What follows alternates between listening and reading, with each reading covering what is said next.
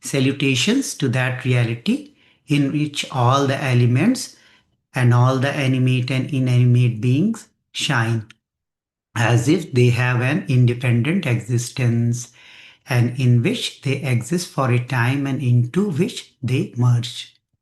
Jnata jnanam tatha neyam drashta darshana drashabhuhu karta hetu kriya yasmad tasmai gyaptyatmani namaha. Salutations to that consciousness which is the source of the apparently distinct threefold divisions of knower, knowledge, and known, seer, sight, and seen, doer, doing, and deed. Isfuranti शिखरायस्मद् आनन्दस्याम्बरे वनौ सर्वेषां जीवनं तस्मै ब्रह्मानन्दात्मने नमः.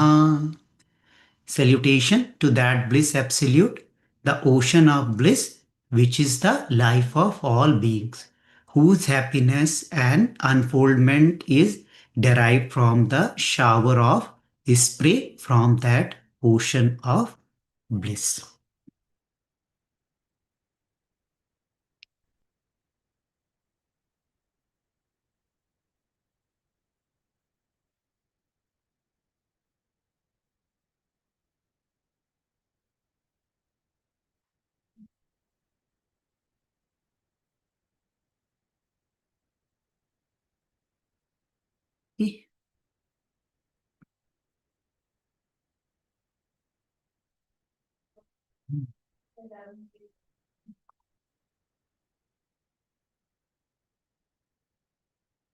Interesting. It is not letting me share the Kindle. Oh, I found it. Okay, let's see.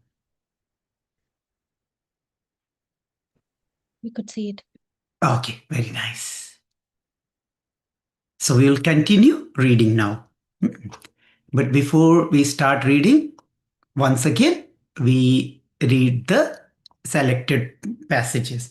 So hopefully all of you have read the chapter. If not, just a very quick review of this book Yoga Vasistha is the discussion between sage Vasistha and the prince Rama before the Rama got enlightened. And there is a very beautiful story. He went for a pilgrimage and he had this more thoughts. He started looking into the deeper aspect of the life. What is the life? What is happening? What gives joy? And if he continues in that same manner, what will happen? And he goes into the kind of a depression state and he stops uh, going into he stopped enjoying the life. He was a prince, he has seen everything, he has everything at his beck and call, but still he's not happy. And some other sage comes asking for their help. The father doesn't want to send Lord Rama for fighting, and also there is a little background built up. I hope you guys have seen that. But here important thing is that this dialogue promises that it can help somebody to gain the right understanding and may give the path to the liberation. Okay, so we will read a from there, right? So far, so good. Everybody understand that, right? The background. Show me thumbs up, and if possible, just switch on your cameras. And pajamas are okay in Art of Living. It just encourages me that I'm not talking just to myself. I'm talking to uh, more intelligent human beings, just to encourage me. I know you guys are there. It looks so good to see more cameras on. So just if possible, switch on. Okay, so let's see. And normally I read and I recap. In this particular case, I will just do a slight uh, recap thingy that what was the theme here. So in this dialogue, Rama shares his observations about his life, just like we did a fast forward time lapse view of our own life. Lord Rama also does the same thing. So he very clearly and keenly examines human life, his particular his life, which is also our own life, right? Last time we talked. And he looks into the life from different angle. He sees the life from the angle of what is the meaning into the relationship. We spend so much time preserving, chasing, building, managing relationship, and what is the outcome of those relationships. So he talks about that. He also keenly observes the nature of the wealth, that how impermanent it is. It doesn't have any fidelity, it doesn't have any like kind of noble quality, like who can acquire, how it can acquire, and does it really make sense to spend entire human life chasing wealth? Because at the end he just sees what will be the end. He also sees the nature of the life, that life span, every day there is a one less day to live. And we are trying to control the span of life without any success. So he looks into that in a bigger context of the creation, how big is our life? Like a blip, it is a drop, not even a drop in the ocean. He also looks into our own mind, that this is how mind which makes sense out of our senses, through this drives our life. But what is the nature of this mind? Is it real, it is unreal? I think we all also sometimes see the nature of our mind, right? It becomes so restless. So same thing, it keenly observes the nature of its his own mind. And then he observes the desires and craving, because we spend so much time chasing the desires, fulfilling the desires, fulfilling the cravings. But what is the end results of this whole circus of fulfilling desires and going through all these cravings? And also he examines that looks like past was very peaceful, we were children, we were good, or future will be beautiful, but is there any substance and is there any reality?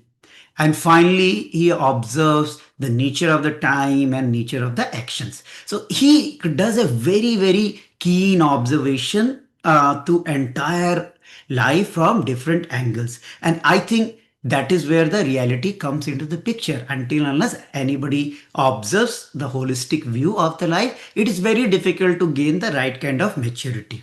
Okay, so we will just go through his observations about various aspects of the life, and I request you guys to read the whole text very clearly. It is a very very important portion. The first chapter is very important. So somebody tells that what is the state of Rama's mind, and he often muttered to himself, "What is the use of the wealth and prosperity? What is the use of adversity or of house? All this is unreal." He is silent most of the time and is not amused by entertainment. He relishes only solitude.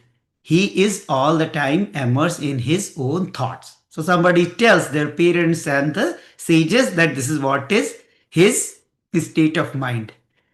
Again and again he sings to himself, "Alas, we are dissipating our life in various ways. Instead of striving to reach the supreme, people wail aloud that they are suffering and that they are destitute, but no one sincerely turns away from the sources of their suffering and destitution." Is there any fact and reality for our own life? Do we ever complain? Oh, so many challenges, so many difficulties on various aspects of our life. But do we sincerely seek the solution? Right? Something to ponder about. But Rama got it that, oh, everybody is living life somewhere senselessly. Okay. He is bereft of hope, he is bereft of desire, he is attached to nothing, and he depends on nothing. He is not deluded, not demented, and he is not enlightened either. Some of us might be there, right?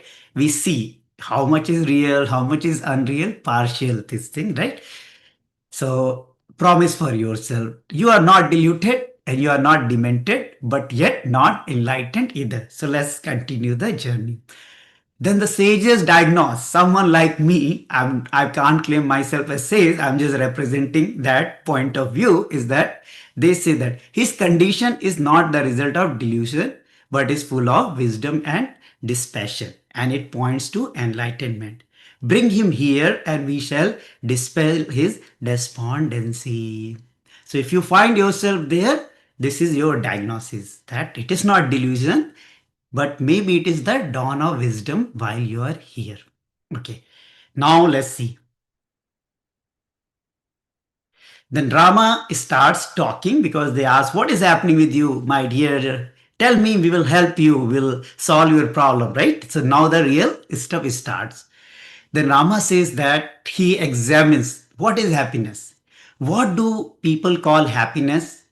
And can it be had in the ever changing objects of this world? Have you ever seen you place your happiness into something in this world? Did it stay constant? People, object, event, things, places, position, identity, recognition. Did ever stay constant? It gave you momentary happiness, but did anything stay constant?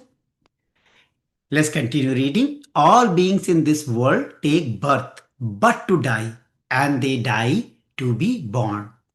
I don't perceive any meaning in all these transient phenomena which are the root of suffering and sin. Did you find anyone immortal? Okay, back to the book. Unrelated beings come together and mind conjures up a relationship between them. You met someone and they become your beloved very soon. Best friend, isn't it? They were very unrelated. Is it happening with us also? You went to a art of living chapter and somebody became your favorite buddy, favorite teacher, right? Okay. On everything in this world is dependent upon the mind, upon one's mental attitude. On examination, the mind itself appear to be unreal. Is your mind constant? It stays the same? Something to ponder. But we are bewitched by it. We seem to be running after a mirage in the desert to slake our thirst. He also shares, surely we are not bond slaves sold to masters, yet we live a life of slavery without any freedom whatever. Something to ponder about. How much freedom we have in our life. Are we not going into patterns? Then he talks about the wealth. O says, equally useless is the wealth which deludes the ignorant, unsteady and fleeting. This wealth gives birth to numerous worries and generates an insatiable craving for more. Is anybody really happy with all the zeros and ones and nines in their bank account? Anybody wants more? Something to ponder. You had a American dream, you made first million, now what is that? 10 million. Then another startup, then VC fund, whatnot, right?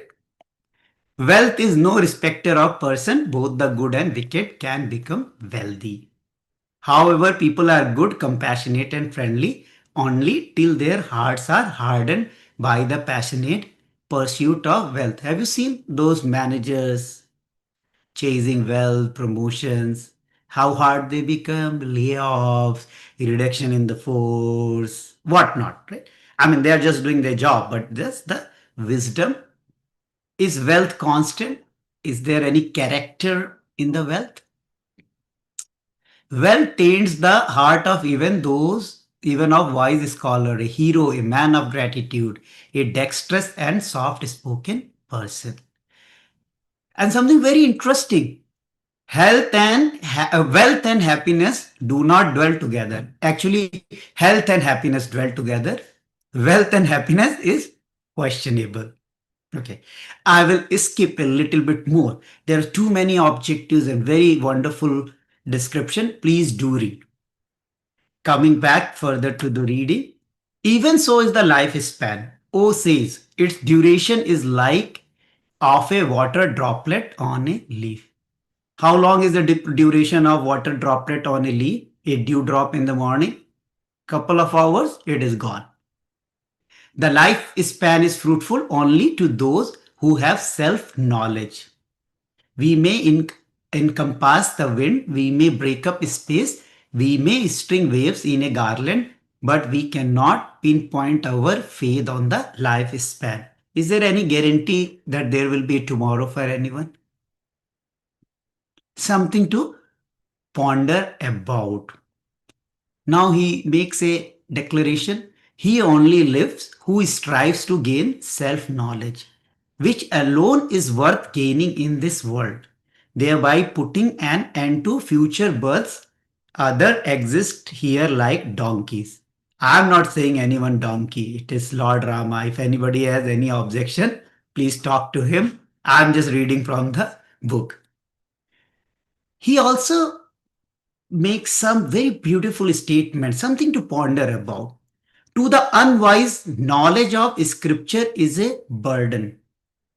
To one who is full of desires, even wisdom is a burden. To one who is restless, his own mind is a burden. And one who has no self knowledge, the body, the lifespan is a burden. Something to ponder about. Yeah. Read it again and again. Just see without knowledge what happens. And when someone who doesn't understand the knowledge, what happens? It becomes headache. There are a lot of dry intellectual thing. And without wisdom, mind become restless. With restless mind, what happens? Doesn't this life become burning, churning, and burden? Something to go back and read it again. The rat of time gnaws at the lifespan without respite. Isn't it? The time is eating slowly, munching, munching. By the end of this session, we will have 1 hour less in the remaining journey of our life. Something to be mindful about. So I'm just fast forward. Holy Sir, I am bewildered and scared when I contemplate the coming into the being of dreadful enemy of wisdom known as egotism. Have you seen that when we are very egotistic sometime and that how much wisdom that time we have? The intellect stops working when ego takes over, isn't it? The wisdom takes the back seat. It's just bewilderment. We know everything. We should not fight. We should not shout. We should not get into the argument. But once ego takes over, all that thing is at the background. It comes into the being in the darkness of ignorance and flourishes in ignorance. It generates endless sinful tendencies and sinful act. Have you seen people? High ego, you can see in politicians, you can see in businessmen, and we can see in our own life, right? How many times it pushed us to do things which may not be the right thing. All suffering surely revolves around egotism. It is the I who suffers. Who suffers? Have you ever questioned what is suffering? Oh, I am suffering, isn't it? Suffering and I, are they separable? Something to ponder about. Egotism eclipses self-control, destroys virtue and dissipates equanimity, giving up the egotistic notion that I am Rama and giving up all desires I wish to rest in self. Egotism promotes craving. Without it, they perish. Without sense of I, do you have any craving? Who wants to eat pizza? It's never Adi. It is always I wants to eat pizza. Have you seen this thing? Who wants to buy a big house? It's never Shobana. It is Prabhat who wants to buy. I wants to buy a big house, right? So see, when craving, intense craving is happening, it's always associated with this sense of I, isn't it? Bereft of grace earned through the service of holy ones. This is very important. I didn't underline the highlighted it, but let's do it now. Okay. Bereft of the grace earned through the service of holy ones. The impure mind stuff remains restless as the wind. Have you ever seen the mind when it is agitated, angry? Isn't it like a wind might be more structured and controllable than all the content of the mind? It is dissatisfied with whatever it gets and grows more and more restless by the day. The sieve can never be filled with water, nor can the mind ever reach the state of fulfillment, however much of worldly objects one acquire. One more messy sale, one more deal. Unmindful of the possibility of reaping great suffering in hell, the mind seeks pleasure here. But even that it doesn't get. Like the lion in a cage, the mind is ever restless, having lost its freedom, yet not happy with its present state. Is mind happy right now? Going fast forward, yes? Please do read whatever I'm skipping. The next portion. Like birds caught in a net, we are unable, though we have wings for it, to fly to our goal or abode of self knowledge. Nor can this craving be appeased. Even if I were to quaff nectar, this is about cravings. When craving happens, do they ever get satiated? The characteristic of this craving is that it has no direction. It drives me in one direction now, and the very next moment it takes me away in another direction, like a mad horse. It spreads in front of us a very wide net of son, friend, wife, and other relations. Something to ponder. All kind of cravings. Though I am a hero, this craving makes me a frightened coward. I'm skipping some more, reading further. Caught by this goblin, man is unable to enjoy even the pleasures that are within his reach. I'll quote Gurdev from Silence Course. Uparati, yeah, that one of the six wealth. Uparati is ability to enjoy what we have. You bought a big house after working many years, and then the next craving is started. You married someone after a lot of this chasing, running, and after honeymoon, there is no honey left, isn't it? Whatever is there within our reach, you work so very hard for that dream job, and now you only work in dreams. Like there is no joy, isn't it? So that ability to enjoy what we have, that is called uparati, one of the six wealth. But when cravings take over, whatever we have, we don't even look at that side. We don't enjoy what we already have and the pleasures within our reach.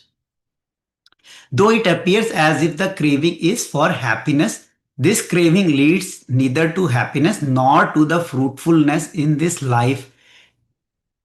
Something to ponder about. Anybody is changing pain in their life? Not really, right? Every action is pursuit of happiness. But this craving, does it reach, take us to fulfillment or happiness? Something to ponder about. Okay, I'm fast forwarding. Please do read what I'm skipping here. The Rama talks about the body and not in very good angle. This pitiable body composed of veins, artery and nerves is also a source of pain. Inert it appears to be intelligent. One doesn't know if it is sentient or insentient. And it engenders only delusion. Body, they say beauty is skin deep only. If we remove the skin from anybody will like to go near that body. To the supermodels, to the Bollywood, Hollywood star, if just the skin is removed from the body, anybody wants to go near to that body. See the content, like Sapta Dhatu, the seven type of material which is used to build this body. It's not very fancy. But yet we are so engrossed taking care of this body. Our Shankara and Sri Tattva and Lakme products and rubbing on the face and foot massage. I'm not against all those products. Please do support. They help the service project again. But just be mindful of the nature of the body.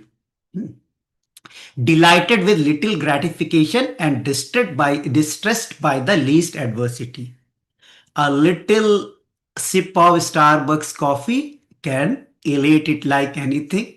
And sitting in Vajrasan for 3 nanosecond can make it very uncomfortable. See the nature of the body. This body is indeed highly despicable. I'm not saying, yeah. Take good care of your body, but just be aware. Okay. Then he further adds beautiful objectives to this body. The tree, which is the body, is born in the forest known as samsara. In forest, there are many trees, right? Same thing in this world, there are so many bodies. The restless monkey mind plays on it. It is the abode of cricket's worries. He compares crickets to the worries. It is constantly eaten by the insects. Suffering is the insect. It shelters the venomous serpent craving compared to a venomous serpent. Anger as a wild crow dwelling on it. Flowers, like good thing like laughter. Fruits can be good and evil. So he compares in a very animated way. This body is housing so many things: mind, feeling, emotions, worries, craving, desires, prana, senses, lust, desires, pleasures, everything is within this body or in the framework of this body. So something to ponder about that. Without this body, does it any of these things make sense? But how much fulfillment is coming out of this body? Whether it lives for long or falls in short time, it is still useless. It is composed of flesh and blood. It is subject to old age and death. I am not unarmored of it. It is completely filled with impure substances and afflicted with ignorance. How can it fulfill my hopes? Take the long term view from the childhood to the end of the life. It is either under the mud or on the in the ashes. Right? Something. I'll just skip that, but please do read it. That how much investment we do in the body, but it is a very temporary friend. And then another body is given as part of our repetitive experience, something to ponder about where we should put our attention. So much attention on just maintaining, pleasing, beautifying this body, or something more than that. I'm not saying don't respect your body, it is just know the nature and maintain it well. Now he starts talking about different phases in the life. Even childhood, the part of life which people ignorantly regard as enjoyable and happy, is full of sorrow. We did our scanning, right? If you're very lucky to have an Indian parent, you must know that, like, when you got beating, how joyful was the childhood? No pocket money, locked in, no, and American kids, no devices, no access to friends and all that thing. Right? Something, it gives that idea childhood was very joyful, but it was very helpless also. Then, what can be worse suffering than a restless mind? And the child's mind is extremely restless. Unless the child gets something new every day, it is unhappy. Some of the adults are also like that. They are looking for something new every day, isn't it? Crying and weeping seem to be child's favorite foremost activity. In fact, I see some adults are also like that. When the child doesn't get what it wants, it looks as if its heart is broken. When the child goes to school, it receives punishment in the hands of its teachers, and all this adds to its unhappiness. When the child cries, its parents, in order to pacify it, promise to give it the world. And from then on, the child begins to value the world, to desire the worldly object. The parents say, I shall give you a moon for a toy, and the child, believing their words, thinks that it can hold the moon in its hands. Thus the seeds of delusion sown in the little heart. What are we doing with our little ones? Are we promising devices, chocolates, or something?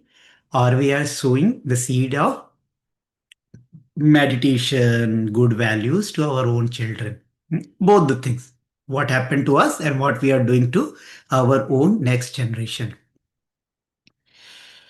Then he talks about the stages of youth.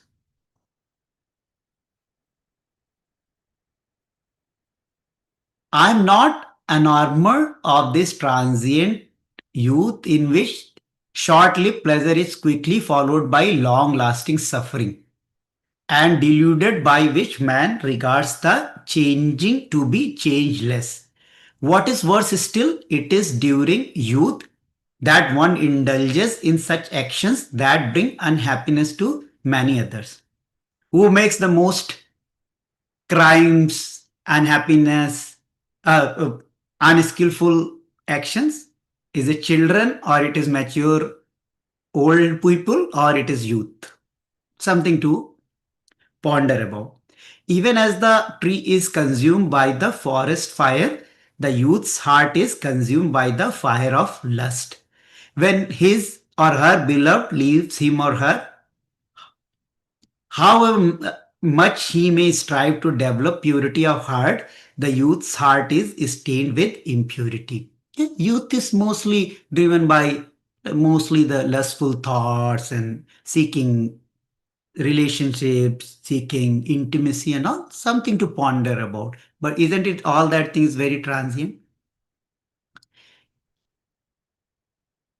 Okay, let's something very interesting here. So whole youth goes in chasing relationship, sexual experiences, fulfilling desires and all that thing. Then it is very interesting. Alas, even when the youth is about to leave the body, the passions that had been aroused by youth burn more fiercely and bring about one's quick destruction. A lot of people, even if they are older, the passion are not satisfied. The desires are not fully fulfilled. They don't leave that. One who delights in this youth is surely not a man, but an animal in human garb. What animals do? Take birth, grow up, mate, sleep, eat, and die. So a human who doesn't go beyond these tendencies is no different from a unintelligent form of life, which is basically the animal form. They are adorable, they are great souls, and they alone are men who are not overcome by the evils of youth and who survive this stage of life without succumbing to its temptations. For it is easy to cross a great ocean, but to reach the other shore of youth without being overcome by its likes and dislikes is indeed difficult. You see that if you are young in a youth phase, observing the desires and craving and what we are chasing, and just knowing that what will be the net result. If you have already crossed that stage in the life, just seeing how many passions are left. Are they satisfied? Are they in control? Or they are taking us for a merry-go-round? Something to ponder. And it says that in his youth, man is slave of sexual attraction.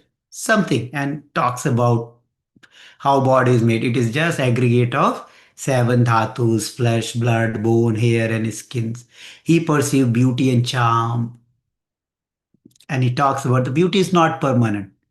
Very few years, 10, 20, 30 years, and it is gone. When the child is dissatisfied with its childhood, youth takes over. When youth is plagued by dissatisfaction and frustration, old age overpowers it. How cruel is life? You see, each stage has its own problem. The next stage in the life comes, another set of misery take over, and the cycle continues until we are done. Kick the bucket. Though the old man is unable to satisfy his desire physically, the desires themselves flourish and grow. He begins asking to himself, who am I? What should I do?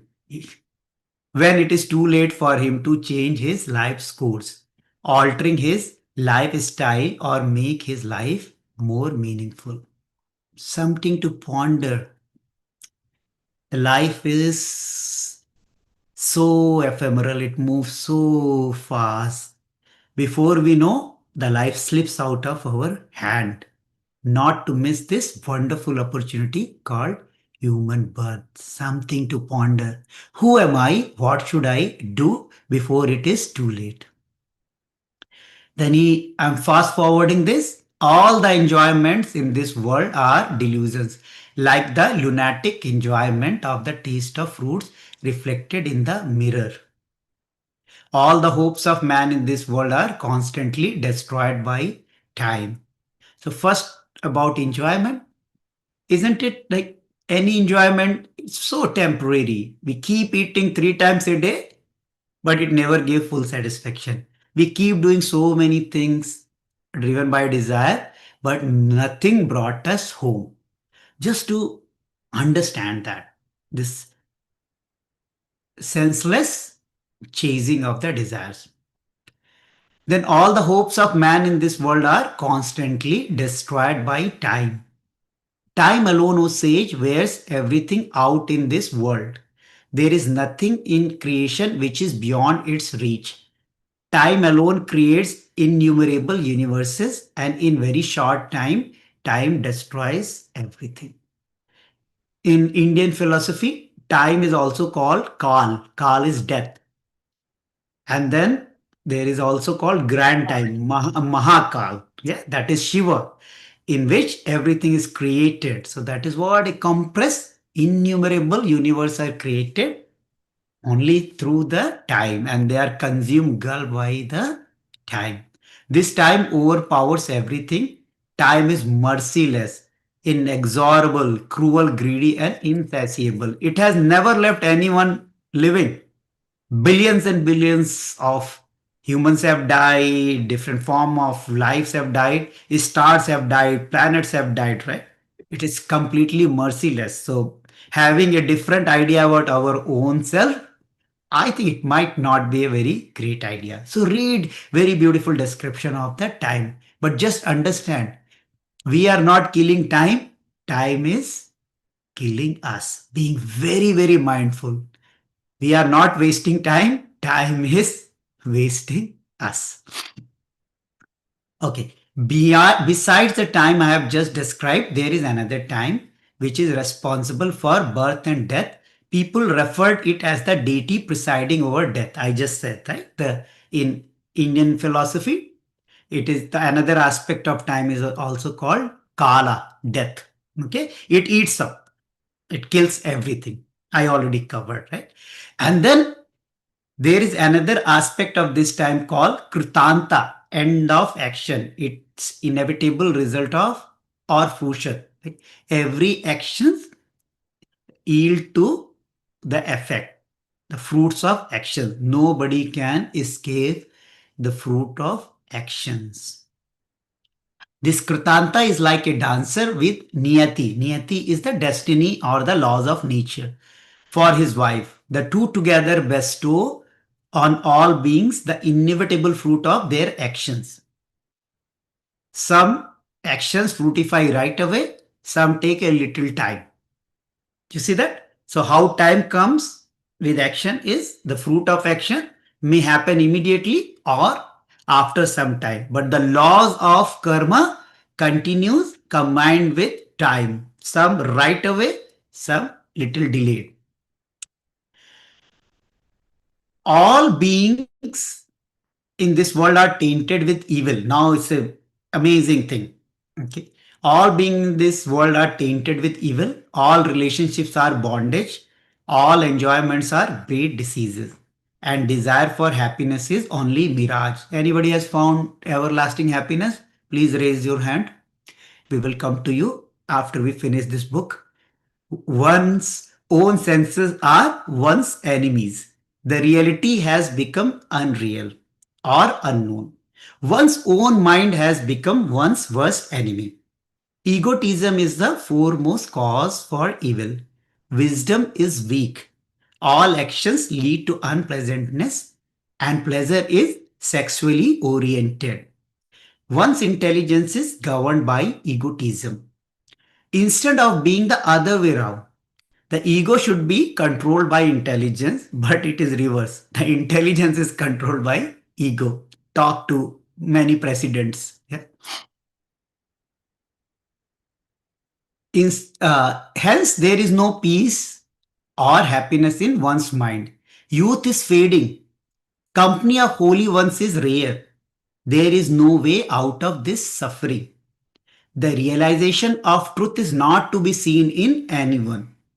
No one is happy at the prosperity and happiness of others, nor is compassion to be found in anyone's heart. People are getting baser and baser by the day. Weakness has overcome strength. Cowardice has overpowered courage. Evil company is easily had. Good company is hard to come by. I wonder whether time is driving humanity. Holy One, this mysterious power that governs this creation, destroys even powerful demons, robs whatever has been considered to be eternal of its permanency, kills even the immortals. Is there then any hope for simple folks like me? This mysterious being seems to dwell in all, and its individualized aspect is regarded as egotism, and there is nothing that is not destroyed by it. The entire universe is under its control. It alone prevails here. Some of these descriptions looks like today's America, isn't it? But this is 5,000-year old conversation, right? It's the eternal happening. Okay, so there is a lot of beautiful descriptions about what seems permanent, whatever appears to be permanent or transient in this world, it is all like dream. Whatever you ate yesterday, it is dream. Today, dream. Whatever you did until this moment, isn't it everything is like dream? Can you change anything? Can you touch anything? Can you modify anything? Can you re-experience any of those things? It is like dream. It is over. It is done. Finished. So read a little bit more. Then hence pray tell me what is, then he says that this is what is his observation. Right from the relationship, wealth, lifespan, egotism, mind, cravings, our own body, different phases of the life, enjoyments, craving, actions, time, nothing is permanent, nothing is giving freedom, joy, happiness. And then he start asking, yeah, this question is that, pray tell me, what is that condition on state in which one doesn't experience any grief? So he is like, I have examined every life from every angle. I see I am lost. There is nothing which is worth spending this beautiful opportunity called life. Now you pray tell me what is that condition on state which one does not in which one does not experience any grief. And obviously this world is full of pain and death.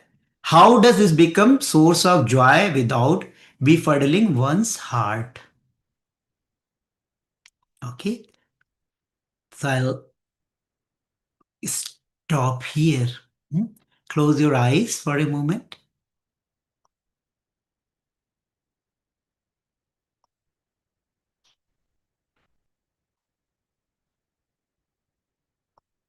And once again, like for 1 or 2 minutes, just examine your own life from the lenses through which Rama saw the life and from his insight about those particular aspect. Hmm? Just take the observation about your own relationships, siblings, parents, married relationship, boyfriend, girlfriend. What is the real experience? What is the outcome from that? No need to tell everyone what is happening. Just keep it to yourself. But keenly observe from that lens and that insight. Observe money. Yeah, obviously, the wealth gives comfort, but does it give happiness? When we have something, we worry about losing it. When we don't have something, we are chasing it. And when we have lost something, we have the memory and we burn in that memory. Life is span. Isn't it life is moving so fast? You may be 20, 30, 50 years old, but looks like it's all dream. It's just few moments. And whatever 30, 40, 50, 60, 100 years are left, they will be like this. In the blip, they will be gone. We fight about self respect. I, me, mine. I, me, myself. My opinion, my attitude. What it has given to us most of the time. How are we living our life? Egotism, ego. Observe our own mind. How many times it is blissful, joyful, source of happiness, or it is restless, running from here and there. Just observing that thing. And from Rama's lens, see the worth of desires and cravings and spending the beautiful currency of this life on ever changing cravings and desires. Observe your own body. The transformations happen so far from the lens of Rama's description. Underneath the skin, what all is there? And how much control we have over this body? Zero control. Different phases of the life. Tomorrow always promised happiness. Childhood to the youth, to the adulthood, to the old age. And what will be the end game? And are you aware about the time, the nature of the time?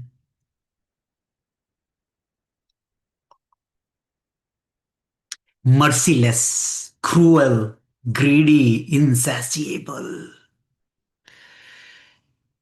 And actions. Do you own your actions? Or you have this hope that you can escape the fruit of your actions?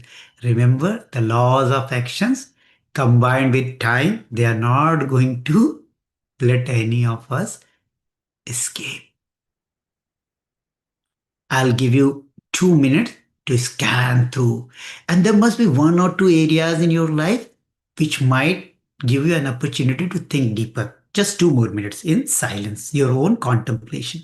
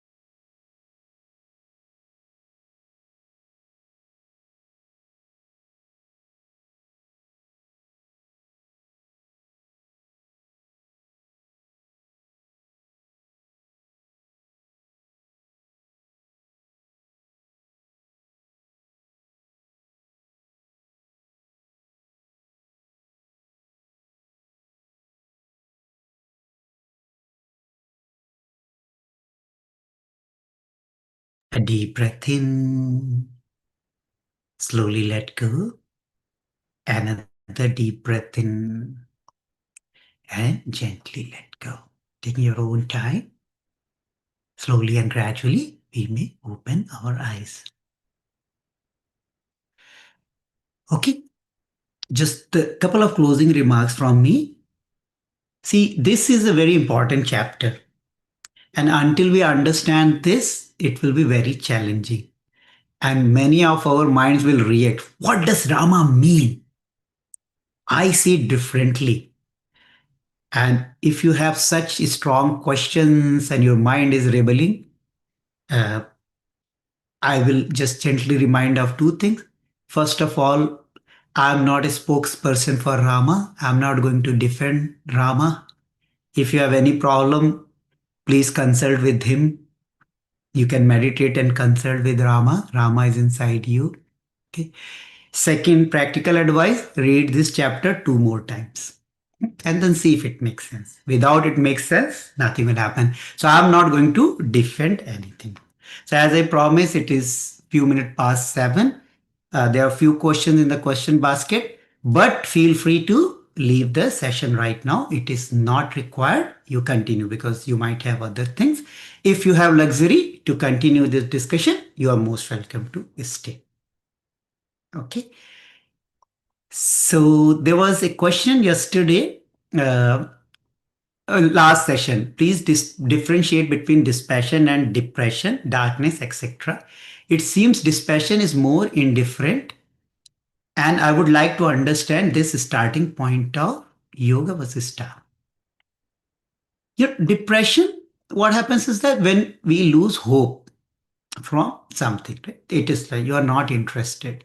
Dispassion is a little the similar state, but it is driven by wisdom.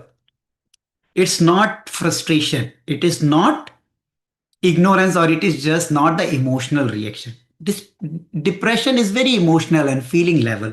Dispassion is we see the reality through the eyes of wisdom, from the lens of higher understanding. And then you realize, oh, it doesn't make sense. What is the reality? So that is the difference between depression and dispassion. Dispassion eventually leads to joy and evolution and growth and higher understanding. Depression is a downward spiral. Okay. So depression might be the beginning. Oh, it doesn't make sense. But that need to be combined with wisdom. That is why these scriptures, knowledge, meditation help. So even if you are or anyone in a state of depression, combined with wisdom, it will come to dispassion. And now quoting Gurudev in silence course is he says dispassion is one of the pillar of knowledge. Last week we talked, right? He says kasya sukham na karoti viraga. Once you have dispassion, what kind of joy will not come to you? Because when you don't need anything, you are the source of joy. Your happiness is not derived from objects, but it has to come from experience. Okay. Fast forward to the next question. Rama seems to be referring to wealth as in monetary wealth rather than wealth as good characteristic of a person. Why this narrow view of wealth? Talk to Lord Rama. Refer to my earlier declaration. I can't defend. But see, at least for monetary wealth, just see this thing. Maybe Rama was not intelligent enough like you. Okay. These look complex and many observation. How can we apply it to our day-to-day life? Yes, you don't need to apply everything. Whenever you have pain in one aspect, let's say your body is giving you pain, go to that angle of body. Ah, I thought this body will be forever youth and young and healthy. No, no, no, no. It keeps changing. Apply that. When your spouse beat you up, talk about relationship. Ah, I thought it is everlasting source of joy, but looks like it is not. You lose money in stock market. Ah, wealth is ever fleeting. Okay. Some friends kick you out. Oh, my mind consoled relationship, isn't it? When you are fighting with your boss and he kicks your dash dash, okay. Oh, it was my ego, right? No need to apply all the knowledge. If you apply all the knowledge, I will not have anything next session to talk about. But whatever is the pain, apply that angle in day to day. I am surprised by Rama's view of childhood.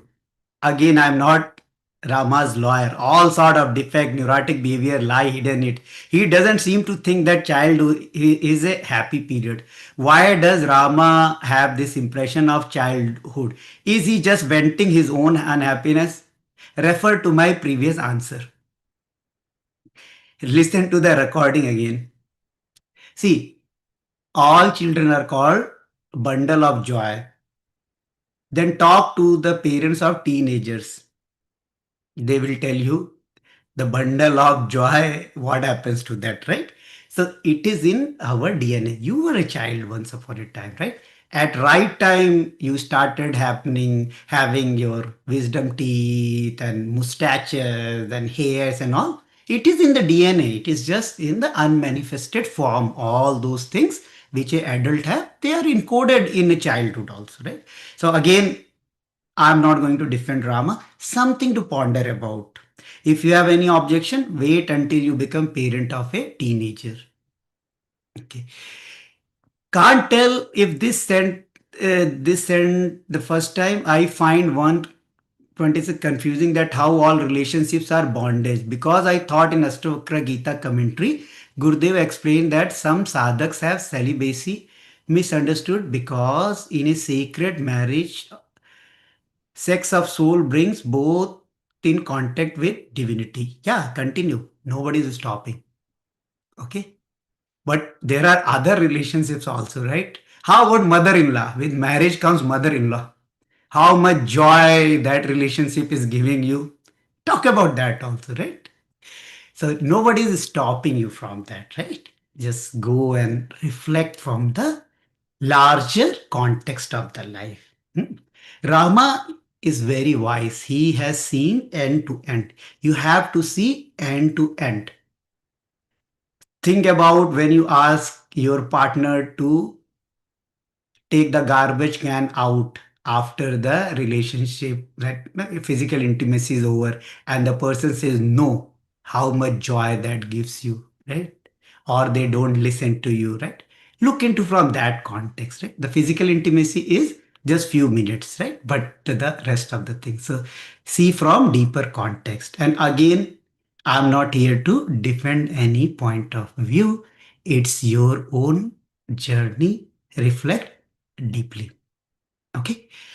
So with this, some of these good questions are there. If you have uh, intense reaction, which is very, very good. At least you are very sincere. You are listening. It is hitting something inside. Hmm? And if you are sleeping, don't think you are sleeping. You are just meditating. Come for next session again. Don't give up. Okay. And if anyone has any question, I'm willing to answer for next few minutes, but feel free to drop off whenever you.